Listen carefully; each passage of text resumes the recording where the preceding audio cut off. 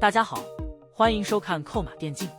最近关于电竞圈的话题是很多网友在关注的，相信大家也看到了不少这方面的话题了。最近各大赛区的春季赛正在进行中，但是比赛的热度确实没有大家想的那么高，特别是 LPL 赛区，这赛季的热度下滑还是挺明显的。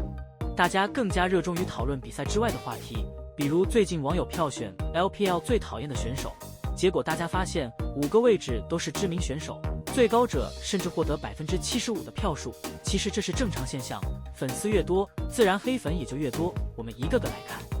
首先是上单位置，上单位置的第1名是阿乐，他的得票率居然达到了 75%， 这是小编没想到的。说实话，阿乐的个人实力还是说得过去的，这些年在赛场上也没有特别重大的失误，真的不太理解他的票数为什么这么高。接着是打野位置，获得第1的是宁王，票数占比是 64%， 也是一个比较高的占比。宁王之所以会得到这么多票数，主要就是他的性格，那种放荡不羁的自负感，让很多网友对他的印象很差。而且当了主播之后也很敢说，经常因为一些言论得罪人。然后是中路，中路获得第1的是 Knight， 也有 73% 的票数。说实话，他获得第1是意料之中的，因为他之前的打胎事件，还有每次到大赛就掉链子的情况，让他的风评一直都不是很好，所以获得第1是不意外的。接着是下路双人组，AD 位置获得第1名的居然是灯皇，获得的票数是 55%。 说实话，本来小编以为会是 JKL， 毕竟他的黑粉也确实挺多的，结果没想到获得第1名的居然是灯皇，小编有点无法理解，你们觉得原因是什么？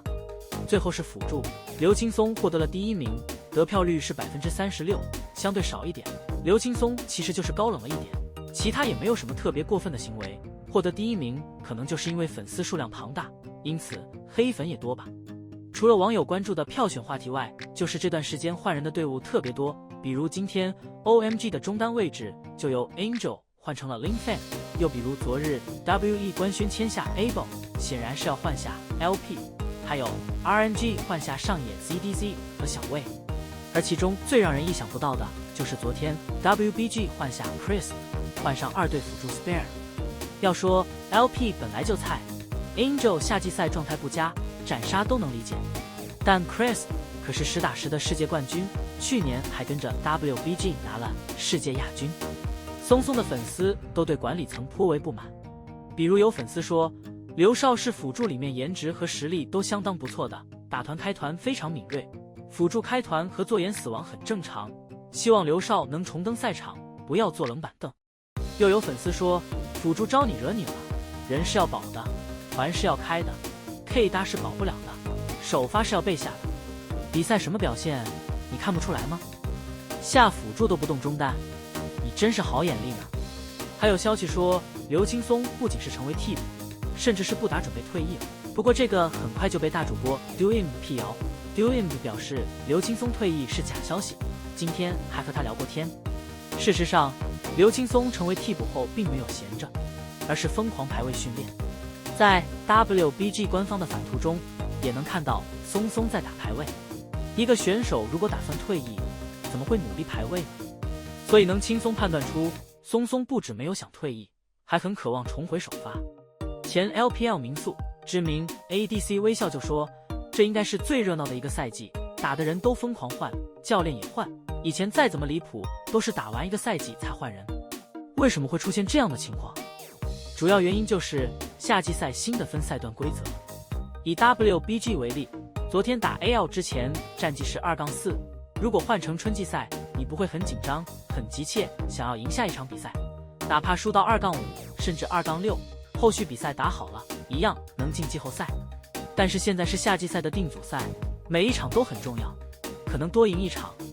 你的命运就从涅槃组变成了登峰组。 WE 也是类似的情况，定组赛只剩最后一场生死战，对阵小组末尾的 RNG， 只要他们2-0赢下，就稳进登峰组，命运掌握在自己手中。所以 WE 那么急切签下 Able， 就为了能在对阵 RNG 的比赛上场。还有一部分原因是全局 BP 的影响，被斩杀的大多是老将，虽然生涯总英雄池很深，但在同一时期内掌握多个英雄会有些吃力。很多战队都尝试换上新人，当然这也是好事。成绩差的队伍在想方设法变得更好，而不是直接开摆。不过换人的效果就因队而异了，有的可能如愿以偿多赢比赛进入登峰组，有的可能还不如原来呢。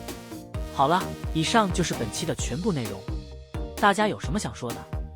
欢迎在下面的评论区交流讨论，我会去挨个查看。感谢老爷收看，欢迎点击订阅，我们下期再见。